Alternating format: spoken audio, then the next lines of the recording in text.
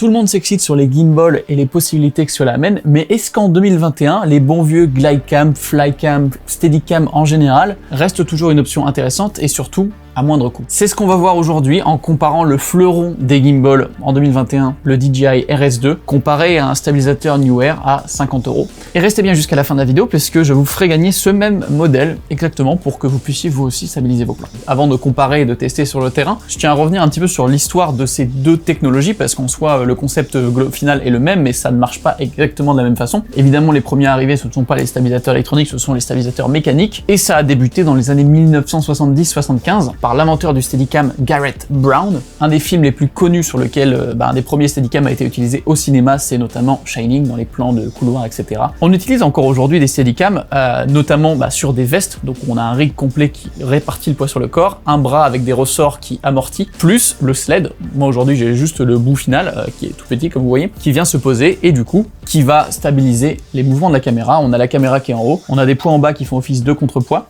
Et l'idée c'est de, en équilibrant, de répartir le centre de gravité sur le cardan, qui est le gimbal, d'où le nom des gimbals, etc.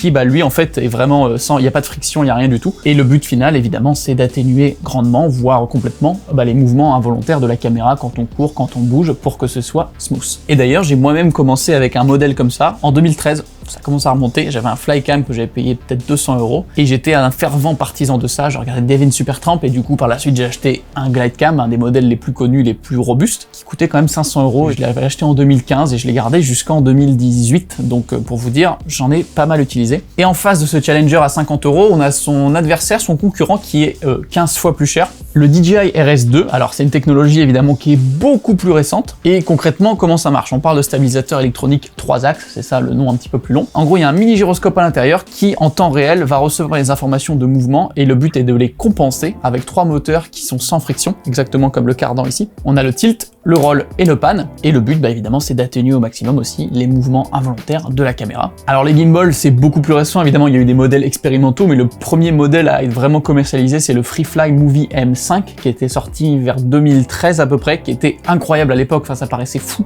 ce qu'on pouvait faire avec, mais qui coûtait quand même la petite bagatelle de 3 à 4 000 €, donc puis qui était à deux mains et qui était vraiment un peu plus imposant. Il y avait DJI qui avait sorti son premier Ronin aussi, qui était très très connu, très populaire. Alors moi je l'avais utilisé en 2015 je crois, et ça venait dans une pellicase qui faisait 10-15 kg, et le Ronin lui-même faisait 4,5 kg. Et c'était vraiment fat à deux mains et pas très pratique. Et aujourd'hui, pour les modèles sortis encore en fin 2020, on a une miniaturisation qui est vraiment complète, où on les tient plus qu'à une main et non à deux mains, et avec des fonctionnalités, des technologies qui sont incroyables et qui permettent vraiment des choses de fou, donc c'est hyper intéressant. Mais du coup, cet objet dans son pack le plus simple coûte quand même 750 €, ce qui est pas donné du tout, et pour des gens qui débutent, c'est peut-être un peu beaucoup, mais est-ce que ce modèle qui coûte quand même, je le rappelle, 15 fois moins cher que le Ronin S2, n'est pas largement suffisant pour débuter, pour se lancer en vidéo et pour stabiliser vos plans. Bon, le RS2 je le connais déjà, on va le mettre un petit peu de côté.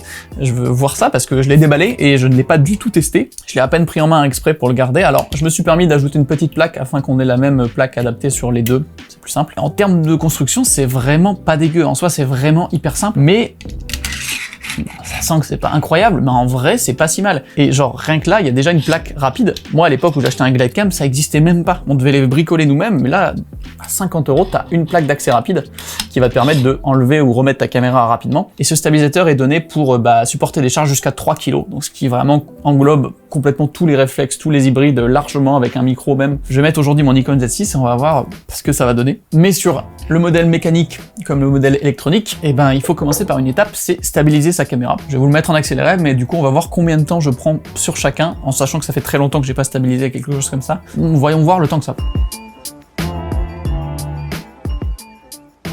Bon, c'est équilibré. Alors, il y en a peut-être un qui a pris un peu plus de temps que l'autre.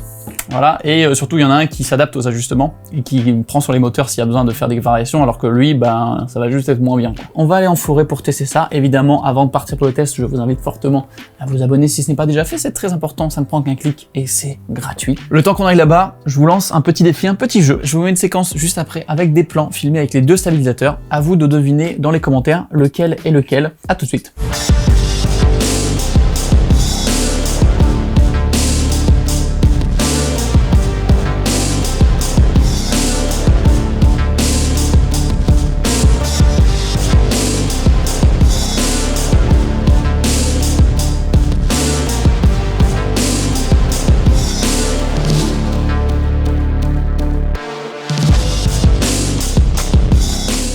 Nous voilà dans la petite forêt. J'ai mon super setup. On va faire des petits tests en marchant, tout simplement. On va voir, c'est parti.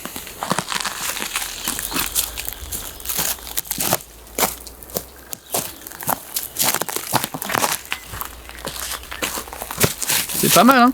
Je ferai tester un maximum après parce que ça c'est quelque chose qui prend du temps à maîtriser. Autant un gimbal, si tu connais rien, en 3-4 heures d'utilisation tu peux déjà bien comprendre et avoir les plus grosses clés, mais au moins pouvoir le maîtriser un peu. Ça, il y en a pour un peu de temps parce que c'est pas inné et il y a vraiment une maîtrise, une gestuelle, une façon de marcher qu'il faut aussi savoir utiliser sur les gimbals pour que ce soit optimisé. Bon, j'ai fait quelques plans avec, ça fonctionne, mais si tu n'utilises pas de slow-mo pour stabiliser un peu tes plans, dans le sens où quand tu ralentis une image ça la stabilise un petit peu puisque toutes les secousses sont ralenti. Voilà, avec un stabilisateur comme ça, c'est que en fait il faut tenir un petit peu en bas pour bien garder, sauf qu'il faut tenir le plus légèrement possible parce que si tu tiens comme un gros bourrin, ça prend les secousses. Du coup il faut tenir légèrement, mais tu peux juste garder la caméra sur l'axe comme ça. Si tu veux par exemple filmer un arbre en montant, tu vois là ça part en couille, il faut que je la retienne. À partir du moment où on met un sujet dans l'image et que c'est pas juste des plans à vide, ça marche vraiment, les plans rentrent correctement. Pour info, sur les deux stabs, je vais laisser la stabilisation du capteur du Z6 qui est pas incroyable mais qui aide un petit peu, ce qui fait que ça smooth un petit peu plus. Tu mets l'image un petit peu au ralenti ou même pas, là tout ce que je vous montre c'est sans ralenti donc c'est vraiment brut, mais tu mets un sujet, une image un peu au ralenti, franchement tu peux kiffer. J'ai voulu zoomer, donc j'avais équilibré pour 24 mm, si je zoome mon objectif s'étend, du coup pour me mettre à cette distance là j'ai juste reculé un petit peu la plaque pour rééquilibrer et ça marche nickel. En vrai j'ai juste ajusté, ça m'a pris 15 secondes à ajuster et c'était réglé et je pouvais zoomer et je pouvais faire des plans un petit peu plus serrés. Tout ce qui est chiant avec ce gimbal là c'est vraiment quand tu veux filmer un arbre, du coup tu tiens mais du coup il veut retomber. Donc voilà, il y a des plans qui sont plus compliqués à faire mais pour la globalité des plans, surtout quand t'as un sujet, ça marche, ça se fait. Le test ultime, je vais sprinter. Alors si je me prends une branche et que je tombe, vous l'avez, c'est cadeau.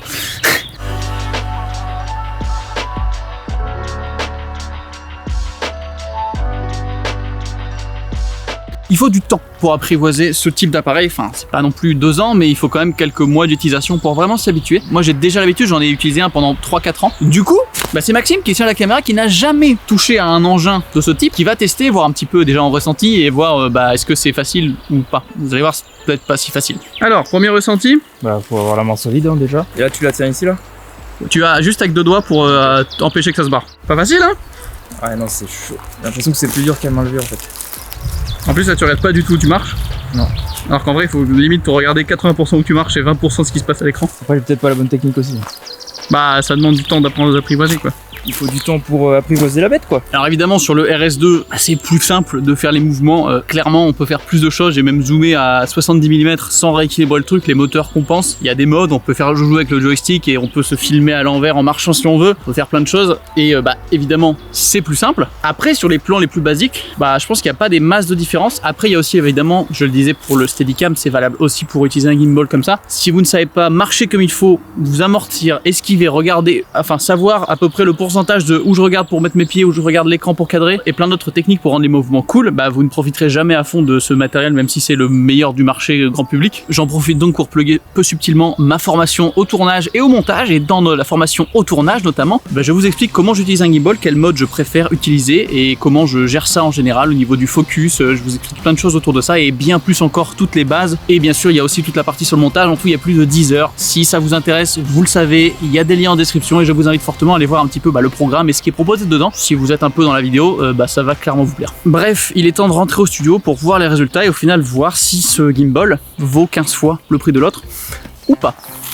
Bon, j'ai regardé les images, vous avez peut-être déjà remarqué qu'il y a clairement un gagnant dans ce duel, voilà, c'est pas une grande surprise, mais en revanche, c'est totalement utilisable et surtout pour des gens qui n'ont pas le budget d'investir dans un beau gimbal tout neuf, tout récent, et c'est une alternative vraiment à considérer. Faut prendre en compte qu'il y a un temps d'adaptation et un temps de maîtrise à acquérir, alors qu'un gimbal, même s'il y a vraiment un temps d'adaptation, quand même aussi pour vraiment le maîtriser, les plans les plus simples, c'est assez facile à faire de base, tant que tu amortis un peu ton pas, ça fonctionne. Ce qu'on ressent en fait sur ce stabilisateur, c'est tous les mouvements de l'utilisateur, de l'opérateur qui sont involontaires, en mode la caméra panne un peu trop, etc. Mais le reste, au niveau des vibrations, etc., c'est vraiment smoothé, il n'y a pas de vibration du tout. Pour faire des plans vers l'horizon, pour suivre des gens en marchant, ça marche nickel. Évidemment, si vous utilisez les plus longues focales, c'est un peu plus compliqué, ça marche, mais c'est plus, enfin, on ressent plus facilement les à-coups, etc. Alors lequel conseiller? Bah les deux, en fonction de ce que vous pouvez mettre, etc. L'alternative entre les deux, ce serait peut-être de regarder pour des gimbals un peu moins chers. Par exemple, le RSC2 pour des plus petites caméras, qui est à 400 € et quelques, qui est vraiment aussi bien presque que le RS2, mais juste pour des caméras plus petites. Le Aircross 2 de chez Moza, par exemple, doit valoir maintenant 300, 250 €, et franchement, il fonctionne vraiment bien. C'est pas aussi pratique au niveau des attaches rapides et tout, mais ça s'utilise totalement et c'est assez puissant, c'est léger. Voilà, il y a des alternatives, mais si vous avez vraiment pas de budget, ou alors envie d'avoir un peu plus un look un peu plus flottant, plus organique, parce que c'est ça aussi la différence, c'est que là c'est très robotique, c'est stabilisé, et des fois il y a des petits à-coups, mais on sent que c'est vraiment robotique.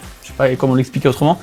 Là, c'est plus organique, la caméra vole un petit peu, et il y a des petits à-coups, etc. C'est un peu moins adouci, mais il y a un petit côté sympa aussi, notamment pour des plans où, encore une fois, on suit des gens. Je trouve ça vraiment pas mal. Il n'y a pas de solution miracle, ça dépend de vos besoins, de ce que vous avez comme budget et de ce que vous allez faire avec, tout simplement. Mais voilà, je me suis dit que c'était marrant de comparer un petit peu, et je voulais voir où ça en était dans le marché des stabilisateurs, et je suis pas déçu parce que c'est incroyable de voir que ça arrive à des prix aussi faibles. Je pense que c'est vraiment une opportunité pour vous, pour aider à faire de meilleurs plans si vous n'avez pas de budget. Vous avez ma conclusion, vous avez vu les images, j'ai rien à ajouter de plus. Ah, mais vous voulez peut-être savoir comment gagner ce magnifique gimbal, parce que j'étais pas sûr de le faire gagner. Si c'était naze, je le faisais pas gagner, mais en vrai, je peux clairement en faire gagner un, parce que c'est cool. Pour participer, c'est extrêmement simple. Il suffit de s'abonner à la chaîne, de liker la vidéo, mais bon, ça je vous connais, c'est déjà fait, j'espère, attention. Et de commenter, tout simplement, avec pourquoi vous aimeriez avoir un stabilisateur comme ça pour vos projets, ou tout simplement ce que vous avez pensé de la vidéo et d'un duel comme ça entre deux modèles complètement différents. Et puis, je vous invite fortement à me follow sur Insta, puisque c'est là que je ferai le tirage au sort dans une semaine top chrono, donc le 5 mai en story, je ferai le tirage au sort et le nom du gagnant sera révélé. Que dire de plus? Ma formation est en description, n'hésitez pas à aller la checker. Et puis j'espère que la vidéo vous a plu. On se retrouve mercredi prochain à 18 h pour une nouvelle vidéo. D'ici là, portez-vous bien.